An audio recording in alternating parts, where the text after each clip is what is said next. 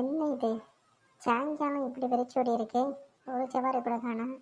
என்ன தான் பண்ணுறானுங்க? எங்கே தான் போகிறானுங்க இவனுங்க? எவனுமே வெளியே வர மாட்டேங்கிறானுங்க. எப்படியே போனால் நம்ம பிழப்பு அவ்வளோதான் போல் இருக்கு. அப்பா என்ன வெயில்! இதில் இந்த மூட்டை வேற. இந்த மூட்டையை தூக்கிட்டு வீட்டுக்கு போகிறதுக்குள்ள போதும் போதும் ஆயிரம் போல் இருக்கே. ஏதாச்சும் வந்து ஒரு கை கொடுத்தா எவ்வளோ நல்லா இருக்கும். ஆஹா, கிராக்கி சிக்கிருச்சு. தலையில் முட்டையோட வரது பாட்டி. ஏதாச்சும் சொல்லி கவுத்துற வேண்டியதா? ஏத்தாயி, இந்த வேகாத வெயிலில் இவ்வளோ பெரிய மூட்டையை தலையில் வச்சுட்டு எப்படி தான் நடந்து போகிற? வேற என்னத்தையா பண்ணுறது? நம்ம வேலையை நாம தானே பார்த்தாகணும். இந்த முடியாத வயசுலையும் ஏதோ பண்ணிக்கிட்டு இருக்கேன். சரி வா, கொஞ்ச நேரம் உட்காந்துட்டு போகலாம். இப்படியே உட்காந்து போனால் எப்போ வீட்டுக்கு போய் சேர்றது? ஏற்கனவே 2 தடவை உட்காந்துட்டேன். உட்காரது பெருசில், அதுக்கப்புறம் இந்த மூட்டையை மறுபடியும் தூக்கணுமே, அதுதான் பெரிய விஷயம். இப்போ உட்கார முடியாது. இப்படியே மெதுவாக நடந்து போனோன்னா சாயங்காலம் வீட்டுக்கு போய் சேர்ந்துடலாம். வீட்டில் வேறு யாரும் இல்லையா? வீட்டில் யாரும் இருந்தால் நான் ஏன்பா இப்படி கஷ்டப்படுறேன்? வண்டியாலாக தான் இருக்கேன். அப்படியா? அப்படின்னா ஒன்று பண்ணு, வா என் ஆட்டோவில் வா. எங்கே போகணும்னு சொல்லு, இறக்கி விட்டுறேன்.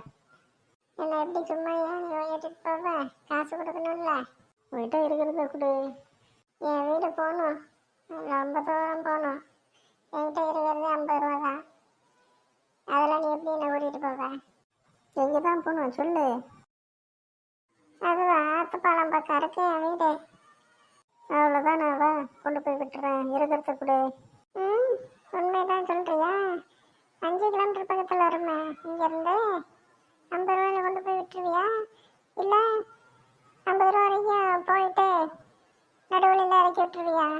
சேச்சி, அப்படிலாம் பண்ண மாட்டேன். உன் வீட்டு பக்கத்துலேயே கொண்டு போய் விட்டுறேன், வா. அப்படியா? இந்த வந்துட்டேன். மூட்டை உள்ளே போட்டு உட்காரு.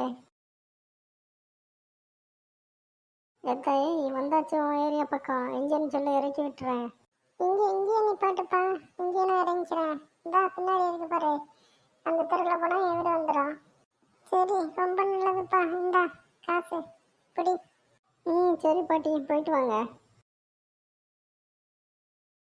அப்பாடா, இன்னைக்கு ஒரு நல்லது பண்ணியாச்சு. என்ன கை ஒரு மாதிரியா கடன்னு ஆடுது. மணி 6 இருக்குமோ? நான் கூட பார்க்கவே இல்லையே.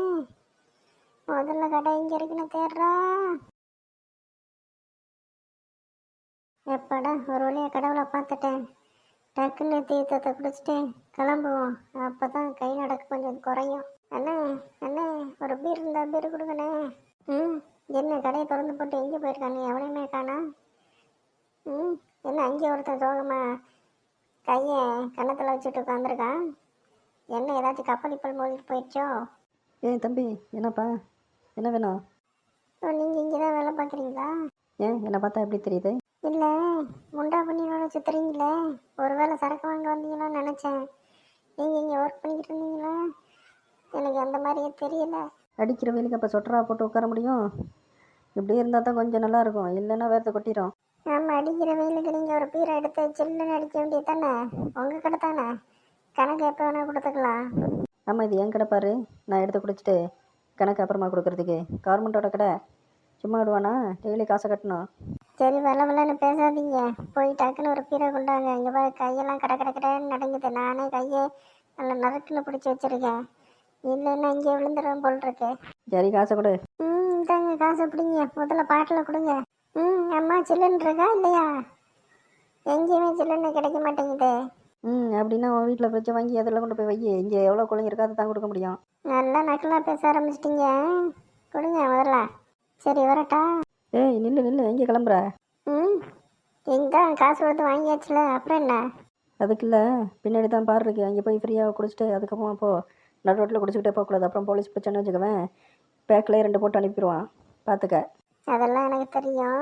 என்னோட ப்ரைவேட் ஸ்பேஸ் இருக்கு, அதில் போய் நான் குடிச்சுக்கிறேன். சரியா? வரட்டா? ஏதோ பண்ணி தொலை. அப்படா, ஒரு வழியாக நேரத்தை கொண்டு வந்தோம். ஐயோ, சைன்டிஸ்ட் குறுக்காக வாங்க மறந்துட்டானே. இங்கே வர பக்கத்தில் எதுவும் கிடையாது காணா. என்ன பண்ணுறது அப்படி? சரி அட்ஜஸ்ட் பண்ணிக்குவோம் இன்னைக்கு. கொலக் கொலக் கொலக் கொலக் கொலக். அடப்பாவி, நல்லவன் பார்த்தா இப்படி தண்ணியை போட்டு நிற்கிறான். இவ்வளோ தூரம் என்னை கூட்டிகிட்டு வந்துட்டு 50 ரூபா தான் வாங்கினான்னு பார்த்தா சரக்கடிக்கு காசு இல்லாமல் சுற்றிக்கிட்டு இருந்திருப்பானோ புறம்போக்கு. இந்த காலத்தில் எவனையுமே நம்ப முடியல. அங்கே நல்லவனாக இருந்தா கடையை பார்த்தோன்னே மாறிட்டானே. இவனை எப்படியே விட்டால் நல்லா இருக்காது.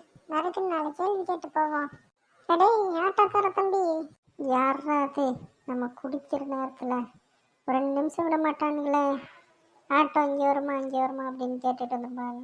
காலையிலேருந்து சும்மா நின்றா எவனும் வரல. இப்போ வந்து வர.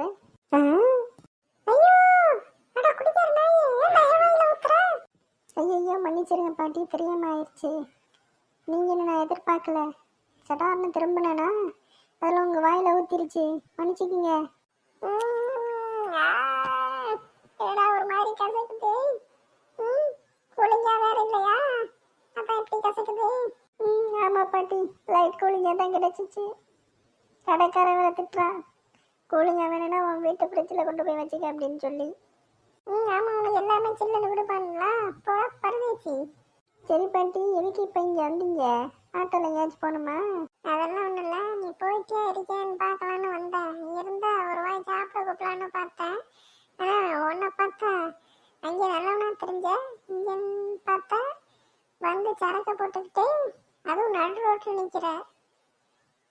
இல்லை பாட்டி, எனக்கு இந்த ஒரு கெட்ட பழக்கம் தான் இருக்குது. 6 மணிக்கு மேலே தண்ணி அடிக்கலன்னா முடியாது. டெய்லி ஆட்டோ ஓட்டுறேன்னா உடம்பு வலி தெரியாமல் இருக்கிறதுக்கு லைட்டாக சின்ன மருந்து மாதிரி. அடே, அது எப்பாச்சும் குடிச்சா தான் மருந்து. டெய்லி குடிச்சா அது விருந்து. மன்னிச்சிருங்க பாட்டி, நான் எடுத்து உள்ளே வச்சிடுறேன். அப்புறமா நான் குடிச்சுக்கிறேன். சரி சரி போ, முதல்ல வீட்டுக்கு போய் சேரு. வீட்டில் போய் குடிச்சிக்கலாம். இப்படி வெளியே குடிச்சிட்டு சுற்றிட்டு இருந்தேன்னு வச்சுக்குவேன். போலீஸ்காரன் பார்த்தா அவ்வளோதான், பேக்கில் 4 போட்டு போட்டுருவான். போ. சரி பாட்டி. அப்பாடா, நல்ல வேலை கிளம்பிச்சே. என்ன பாட்டு பாதிக்கு மேலே எம்டியாக இருக்கு. நான் ஒரு வாய் தானே குடித்தேன். அடிப்பாவி கிளவி. இப்படி கையிலேருந்து கொஞ்சம் வாய் பக்கம் போச்சு. பார்த்தா அரைப்பாட்டில் காலி பண்ணியிருக்கு. இதில் என்ன வேற குடியாரன் அப்படின்னு சொல்லிட்டு போகுது.